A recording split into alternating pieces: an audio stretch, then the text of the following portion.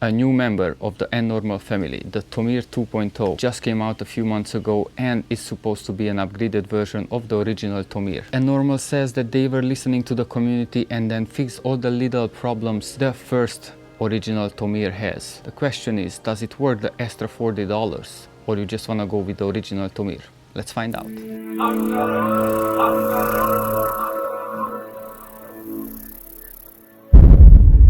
Aloha, my name is Nandor from Hungary Explorer and today I'm very excited to review the Nnormal Tomir 2.0. I couldn't wait to pick up this pair of shoes. I was a big fan of the first version, however there were some things I really didn't like on the original one and I ended up using it just as a hiking shoe.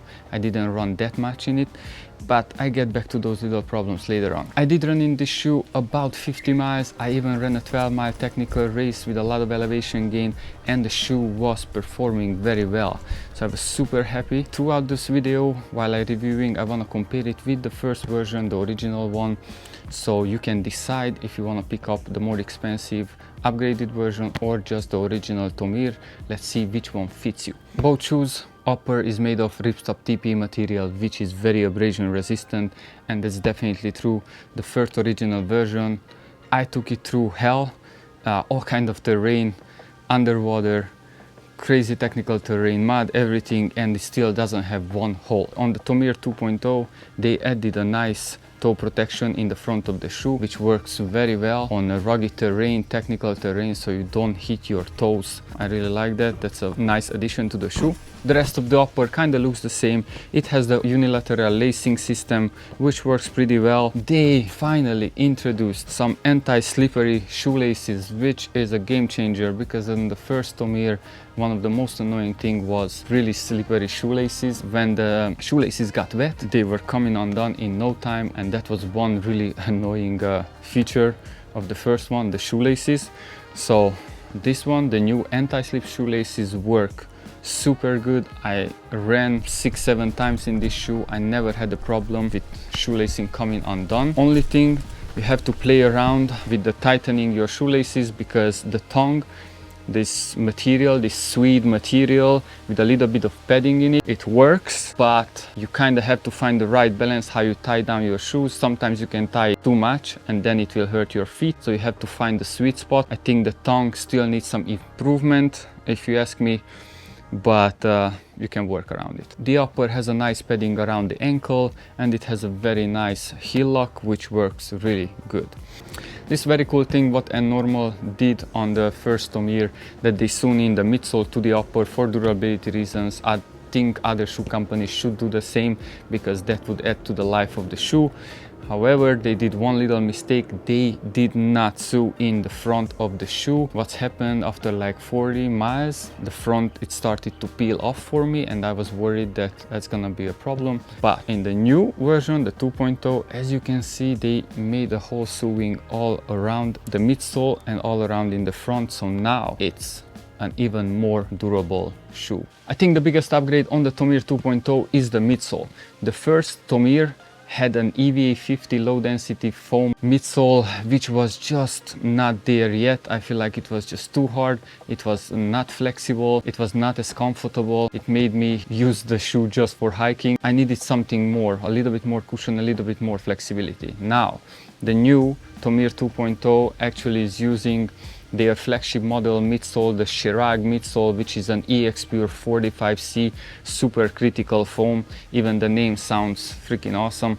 This supercritical foam, it's increasing cushioning and energy saving while you are running, and it definitely feels more cushioned, more bouncy, just like a lot more fun to run in the new Tomir 2.0 than the original version, and probably this is the best feature they introduced in the new Tomir. Besides the midsole, it has an improved rocking shape, and those things together makes for a much better smooth running experience in this shoe. I really enjoyed it. So the Tomir 2.0 keeps the 8mm drop, but it's changing a little bit the stack height. In the front now it's a 33mm and then 25mm in the front, and the original was only 31mm in the back and 23mm on the front, so it has a higher stack height.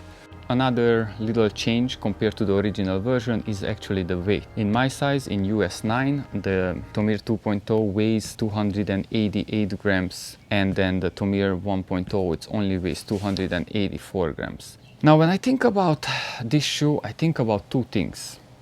One, durability. Yes, this shoe is super durable, built like a tank. You can throw all kind of obstacles against it.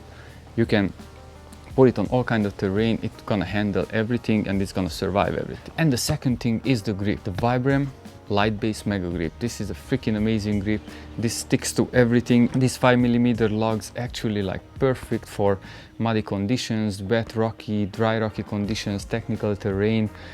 It's freaking amazing. I really love it. I think this is one of the best grip on the market. The only difference between this and the first original version is that it has a wider base and it has a bigger surface on the sole.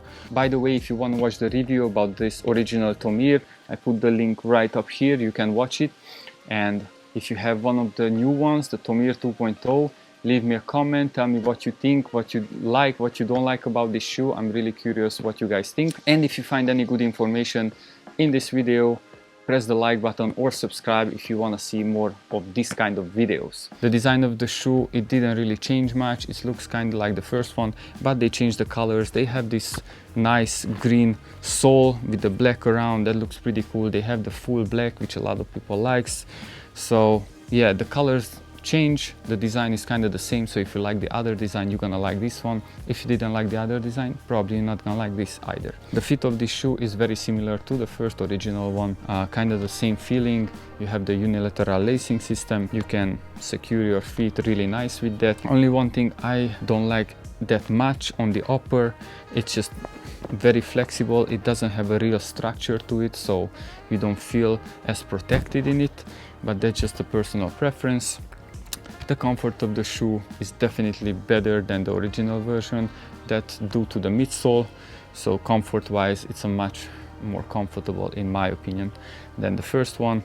The other update is the insole. The insole has a molded arch now. It's a more cushioned insole. It's a bigger upgrade definitely compared to the first one. I'm using custom insoles, so I just take this out and put mine in because I have high arches.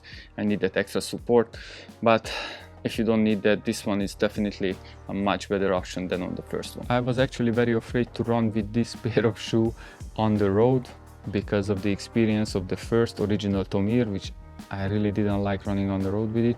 It just felt really stiff, really rough, really hard. But surprisingly, the new midsole I think helped this new version of the shoe to handle the road much better, and I was totally surprised how easy it was for me to run 2 miles between trails on the road. I didn't even realize it almost, so that's a big update. I think I really like that. The new Tomir 2.0 it's $170 and the original one is $130. That's a $40 difference, and then you can decide if that $40 is really worth the new upgrades.